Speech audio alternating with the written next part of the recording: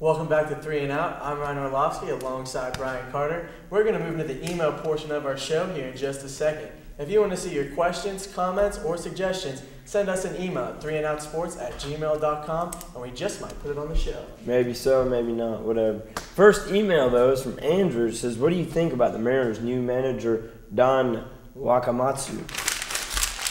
I think it's going to take more than a new manager in Seattle to get the ball rolling there. Yeah, I mean, 61 and 101 last year. Can't really get much worse. But I actually probably would have went outside the organization. Got some new personnel in there because he was formerly the bench coach. He's already the 14th manager in Mariners history, so that it speaks for itself about their organization. But it's a pretty big deal because he's the first Asian American manager. One of 7 candidates that they had in mind. None of them, of the 7 that they had in mind, had any managerial history. So coaching experience for this guy, 18 days in the Major League Baseball, in Major League Baseball as a player. So it's a chance for someone to actually make a splash. So chance for a new manager to possibly emerge. Maybe he will get him on top. Who knows? All right, this next email is from Jennifer. 3 and Out, how do you feel about Coco Crisp going to the Royals? Well, kind of shocked me a little bit, but I guess they're trying to make a move to where they can get Jacoby Ellsbury in there every day in the outfield.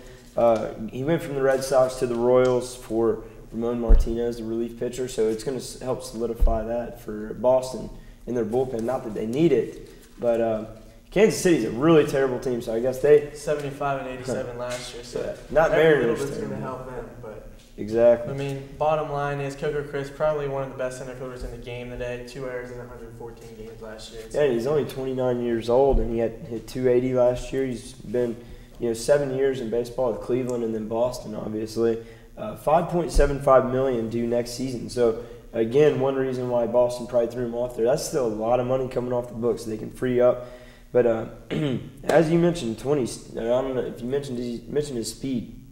27 steals in the last 3 years, or 3 years in a row, 20 at least 20 steals. So, next email is from Michael. I think it's time to ask: is Joe Paterno coming back again? Shouldn't he just hang it up? What do you think? Joe Paterno is coming back. In Happy Valley, Joe Paterno is a historical figure. They've been hearing that for 90 years now. I mean, I think Paterno, he wants to go out on top, and he's not going to leave until they do go out on top. He's getting closer year by year here as Penn State almost got there this year. But, Joe Pa's happy in Happy Valley. He's going to stick around. Oh, yeah, he's got 383 wins, #1 all time. So, guys. They love him in State College. They do. He just had hip replacement surgery the day after Penn State won the Big Ten title. They're going to the Rose Bowl. So, no contract for next season. Doesn't need one. He's a recruiting tool. So, why would you want to get rid of him? So, most people that go to Penn State, obviously, there's a lot of high school athletes out there that are like, oh, I want to go to Penn State because I want to be, coached by Joe Paterno. That's a big deal. So keep him on the sidelines till he croaks over and dies when they score a touchdown. Who cares? It's a good recruiting tool. And you know what? Penn State's awesome. So, they have a chance to win the national championship this year if they're selected. We'll see how BCS rules that one. Next email is from Travis. Isn't it insane that Mike Mussina retires with so much left in the tank? He is going out on top as far as his personal abilities, but the guy's played 18 years in the major leagues. There comes a time when you got to hang it up, and he's won World Series. He's done pretty much all you can. Actually, he's never got a World Series. Never got a World Series. Never got a World Series with Wow. New York. Figured out those years in New York. 270 wins though. 30 more is all he needed to reach that plateau of 300. So it pretty much shocked me. He's going to be 40 in December, or he's already turned 40, I should say, but. There's a lot of 40-plus-year-old pitchers out there that have a lot of success. So why he left so early, I don't know. He just came off one of his best seasons ever, the first time he's ever won 20 games. 29 with a 3.37 ERA. Not too shabby, but there's a chance he could pull out of his retirement, but I doubt he will. Next email is from Nathan. Is Lance Armstrong being dramatic about fearing for his safety if he rides in the Tour de France again? I think he's being dramatic. This guy survived cancer, and he's going to complain about this. Yeah. 7-time Tour de France champion. Fearing this attack. 3 years in retirement now. It's official. He's going to race next year. But I see what he's getting as there are many people in France that are critics. And, although attacks are very rare, it could possibly happen, especially this day and age. You can never really tell.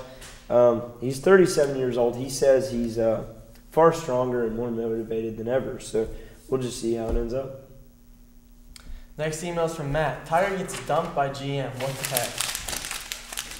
I mean, GM's going through some troubles right now with the economy the way it is, but Yeah, but don't you need a spokesperson to help get you out of the slums? You know what I mean?